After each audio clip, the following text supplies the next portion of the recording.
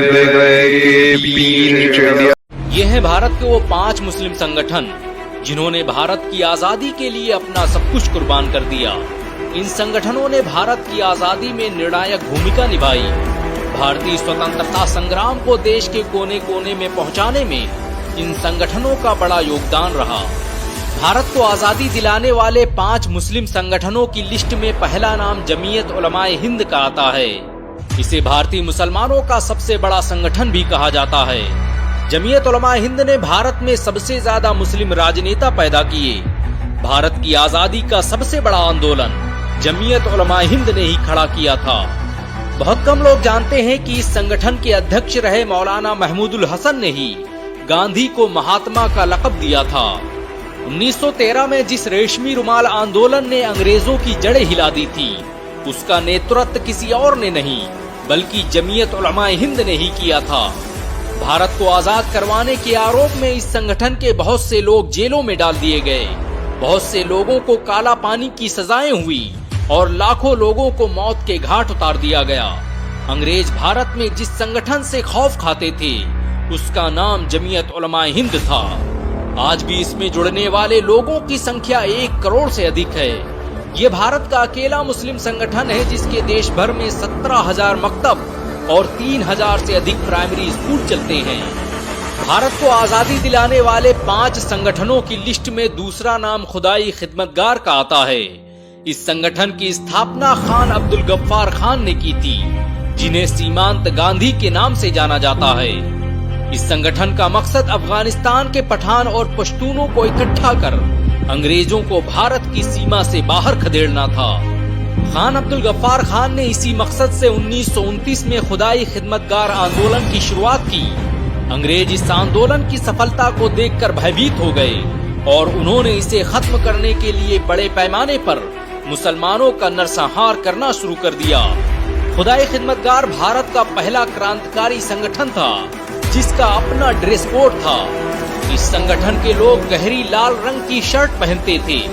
भारत सरकार द्वारा खान अब्दुल गफ्फार खान की कुर्बानियों को देखते हुए उन्हें साल 1987 में भारत रत्न से सम्मानित किया गया। भारत को आजादी दिलाने वाले 5 संगठनों की लिस्ट में तीसरा नाम ऑल इंडिया आजाद मुस्लिम कॉन्फ्रेंस का आता है। इस संगठन की स्थापना 1929 में अल्लाह बख्श सुमरो के द्वारा की गई थी। इस संगठन का मकसद भारत को आजाद करवाना और इसके बंटवारे का विरोध करना था। ऑल इंडिया आजाद मुस्लिम कॉन्फ्रेंस ने भारत की आजादी के लिए जो किया वो आज तक कोई नहीं कर पाया।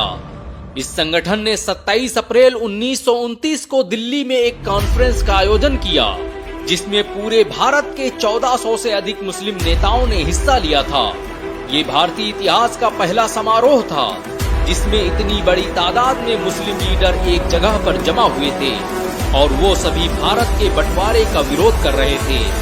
इस मीटिंग में जमीयत उलमाए हिंद, ऑल इंडिया मोमिन कॉन्फ्रेंस, ऑल इंडिया शिया पॉलिटिकल कॉन्फ्रेंस, खुदाई खिदमतगार और जमीयत अहले हदीस जैसे संगठन शामिल थे।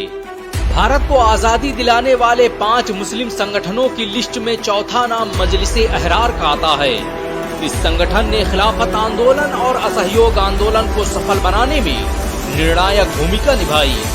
13 अप्रैल 1919 को पंजाब के जालियांवाला बाग में जिस सैफुद्दीन किचलू की रिहाई के लिए लोग जमा हुए थे, उसे मजलिसे अहरार का समर्थन हासिल था। इस संगठन ने 29 दिसंबर 1929 को मजलिसे अहरार इस्लाम के नाम से एक राजनीतिक संगठन भी स्थापित किया, जिसकी स्थापना अताउल्लाह शाह बुखारी ने की थी और इस संगठन का नाम मौलाना अबुल कलाम आजाद ने रखा था। ये संगठन कितना ताकतवर था उसका अंदाजा इसी बात से लगाया जा सकता है कि 1931 में अंग्रेजों ने इस संगठन के 50,000 लोगों को गिरफ्तार किया था। आज भी इस संगठन का दफ्तर जामा मस्जिद लुधियाना में मौजूद है और ये संगठन मौलाना मोहम्मद उस्मान रहमानी की सरपरस्ती में अपने तारीखी नुकूश बिखेर रहा है। भारत को आजादी दिलाने वाले 5 मुस्लिम संगठनों की लिस्ट में 5वां नाम खिलाफत कमेटी का आता है। इस संगठन की स्थापना मौलाना अब्दुल बारी मोहम्मद अली जौहर और शौकत अली जौहर ने की थी। इस संगठन के नेतृत्व में ही भारत में खिलाफत आंदोलन की शुरुआत की गई, जिसने भारत की आजादी में निर्णायक भूमिका निभाई। भारत में असहयोग आंदोलन की रूपरेखा इस संगठन ने ही तैयार की थी। मौलाना अबुल कलाम आजाद पहले व्यक्ति थे जिन्होंने अंग्रेजी सामान के बहिष्कार की रणनीति बनाई। खिलाफत कमेटी ने असहयोग आंदोलन और नमक सत्याग्रह आंदोलन में बढ़ चढ़कर हिस्सा लिया। इस संगठन का मकसद भारत को आजाद करवाना और तुर्की की खिलाफत उस्मानिया का समर्थन करना था। इस आंदोलन में महात्मा गांधी सहित देश भर के हिंदुओं और मुसलमानों ने बढ़ चढ़कर हिस्सा लिया। इस आंदोलन को भारत की आजादी का संग-ए-मील कहा जाता है। इन सब के अलावा ऐसे बहुत से संगठन हैं जिन्होंने भारत की आजादी में निर्णायक भूमिका निभाई। भारत में आज भी लाखों मुस्लिम संगठन मौजूद हैं जो जरूरत पड़ने पर इस देश के लिए अपना सब कुछ कुर्बान कर सकते हैं। आइए हम और आप मिलकर इस वीडियो को उन लोगों तक पहुंचाते हैं जो कहते हैं कि मुसलमानों ने भारत के लिए किया ही क्या है। इस वीडियो को इतना